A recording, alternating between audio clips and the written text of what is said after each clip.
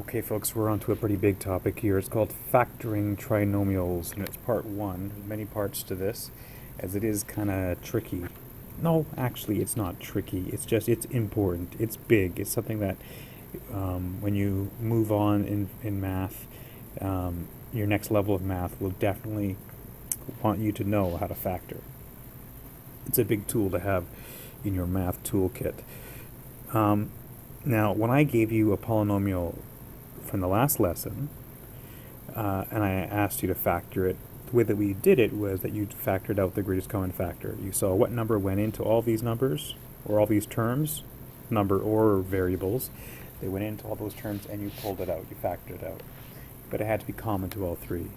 In this case, when you look at this, as we try to do this right now, when we look at this, we see x and x, no x. Sorry, they're not, x's are not common to all of them. We cannot factor it out. Numbers, I got a 1, I got a 5, I got a 6. Sorry, nothing's happening with 1, 5, and 6. The only thing you can pull out is a 1 as a factor. So this trinomial, why they call it trinomial, because there are 1, 2, 3 different terms. Anyways, this trinomial, you cannot factor out a greatest common factor. So what do?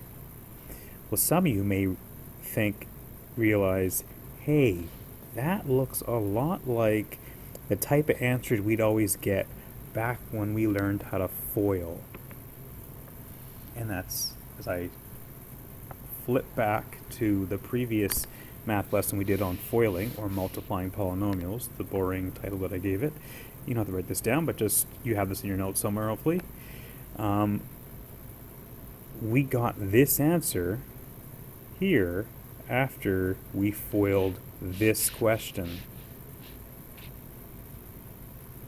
What I'm asking you to do now, when I'm asking you to factor these trinomials, is I'm going to give you this trinomial, and I want you to give me an answer that is the binomial. So it is the exact reverse or opposite of what I asked you to do over here. We're doing the exact reverse. Here we FOILed, we multiplied first, outside, inside, last. We got this, we collected like terms, and we ended up with this trinomial. Now I'm asking you to do the exact opposite. And yeah, the answer is here for the question that we're about to do. But can you see a pattern or where we can go from here and backwards to there? We have to realize that this number and that number, there's a relationship between these two numbers. These numbers here, when we multiply them, will give us this end number, and when we add them, give us this middle term. So that's what you got to do, and it works for all of them. Look down here. This is another one that we did. When we took these two numbers here, 8 and the 3, look at 11 and 24. What's the relationship between them? When you multiply 8 and 3, you get 24. When you add 8 and 3, you get 11. So if we can take that knowledge and go backwards and sort of think, okay, here's our question, how do we go back to there? We have to figure out what are two numbers that when you multiply give us this, and when you add them, give you that. And when you look at all the combinations, you think about it, you realize 8 times 3 gives you 24, and 8 plus 3 gives you 11. Just like 3 times 2 gives you 6, and 3 plus 2 gives you 5. So that is what you're trying to do when you're factoring. We first want to figure out what are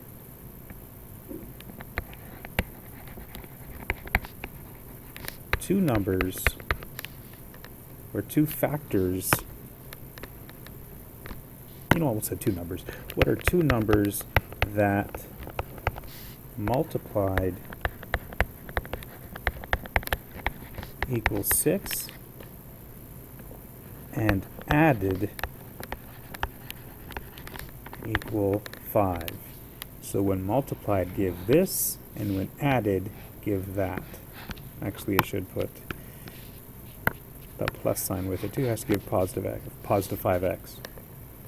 Well, let's go through a little inventory here. Here's what I would do. So we want to figure out two numbers that when multiplied give you this, added give you that. Now I know you already know the answer. Is that I showed you back there, but anyways, 6. We want to figure out what factors give us 6. Well, I know that 1 times 6 gives you 6.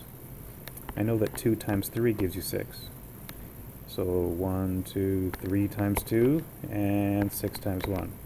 Obviously the top half are the same as the bottom half, they're just kind of like mirror images of each other. Which of these combinations, that one, that one, that one, or that one, will give you positive 5? Well, it doesn't take long to realize that either this one or this one will get you the answer. So here's what you do. First off, the numbers in front, you have x squared. Now how do you get x squared again? X times x. So if we separate the x's, put an x here, put an x there, that'll work. And then when we do the foiling, we want to set it up so that the two numbers when multiplied will give you 6. Well, 2 and 3 will do that. But then there's that collecting like terms step. They also have to add to give you 5. 2 and 3 when added do that as well. Now not just 2 and 3 we're going to put, so let me put, 2 and 3 right in there. So it's positive 2 and positive 3. Double check to make sure you have the right answer. Actually, you don't have to. Let's just flip back to here. And look, there's x plus 3 and x plus 2. When you foiled it, you ended up getting that, and then you end up getting that as your answer. So you can always check to see if you're right. And now we can. Done.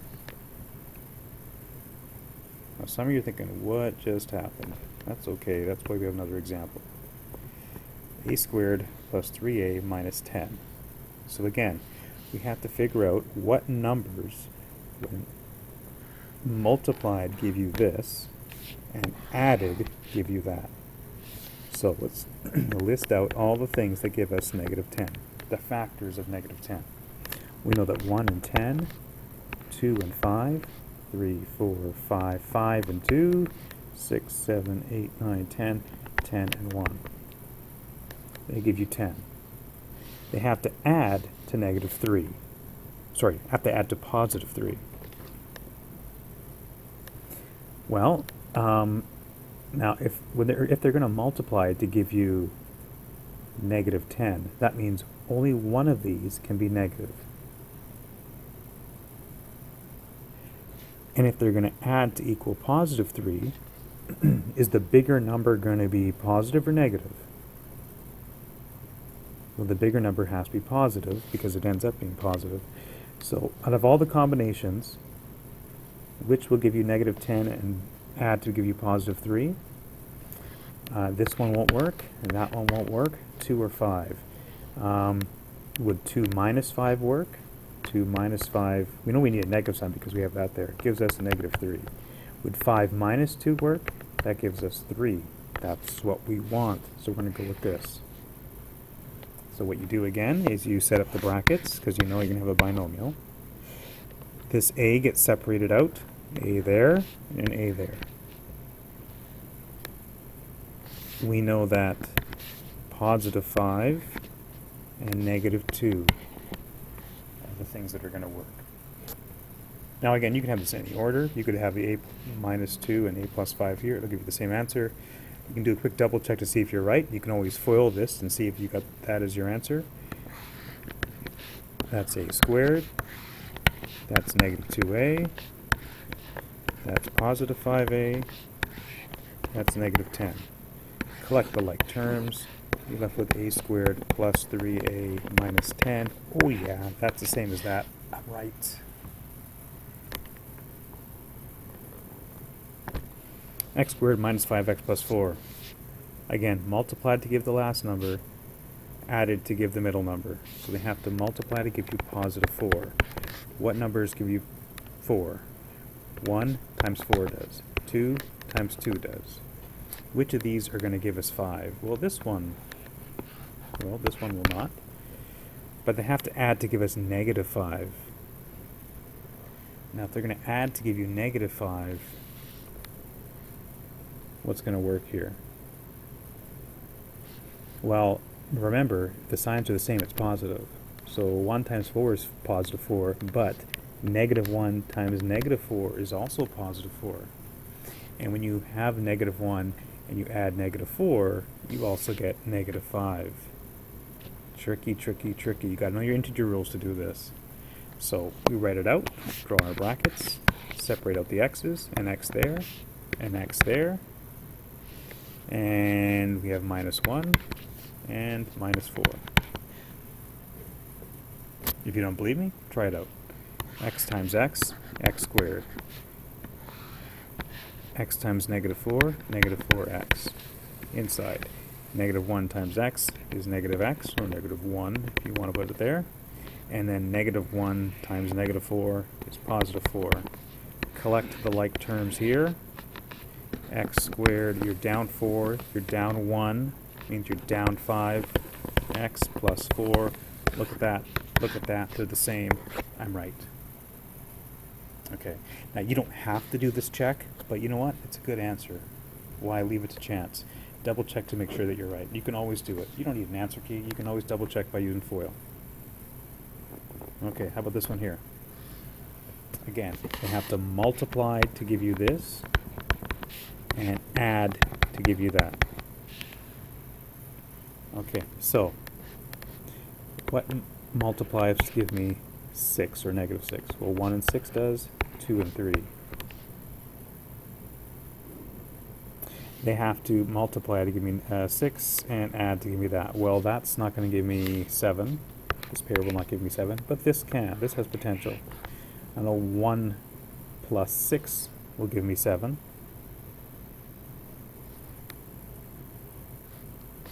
But I have to multiply to give me negative 6. What's going on here? Is there any combination that can give me negative 6 when I multiply these? Well, to give me a negative 6, that means one of these has to be negative. So if I put a negative there, that gives me, what will that give me when I add these two together? Negative 1 plus 6 is 5. That's not that. So that means that can't work. What about this? 1 minus 6, that's also negative 5. This is tricky. Well, guess what, folks? You have stumbled onto a question where you can't factor it normally. None of the two combinations that give us 6 is going to add to give us, none of the combinations that give us negative 6 are going to add to give us positive 7. So guess what we say? You can't factor this. Can't factor ... with normal integers, normal numbers. You can factor this probably with some decimals and weird things like that, but you can't factor. At this level, you just say, can't do it. So there are situations when that happens. How about this one here? Don't be freaked out by the big numbers. We know that the answer is going to look something like this. By the way, in all these cases, I checked to see if I could pull out a common factor, a greatest common factor, and I couldn't in any of them. So here we split up the x's. 64. What are the combinations that give me 64? 1 and 64. 2, 32. 3, no, 4 and 16. 5, you know what? I can see it right there. 4 and 16. 4 times 16 gives me this. 4 plus 16 gives me that. So I know that positive 4 is going to work here, and positive 16 is going to work there. And you want to go ahead, FOIL it to see if that's what you get, but that's your answer. Alright, so just an introduction to how to do factoring. Here are some skill testing questions. This method works when without a number in front. Next lesson I'll show you what happens when there is a number in front there. But hey, the general idea you got. Talk to you later, bye.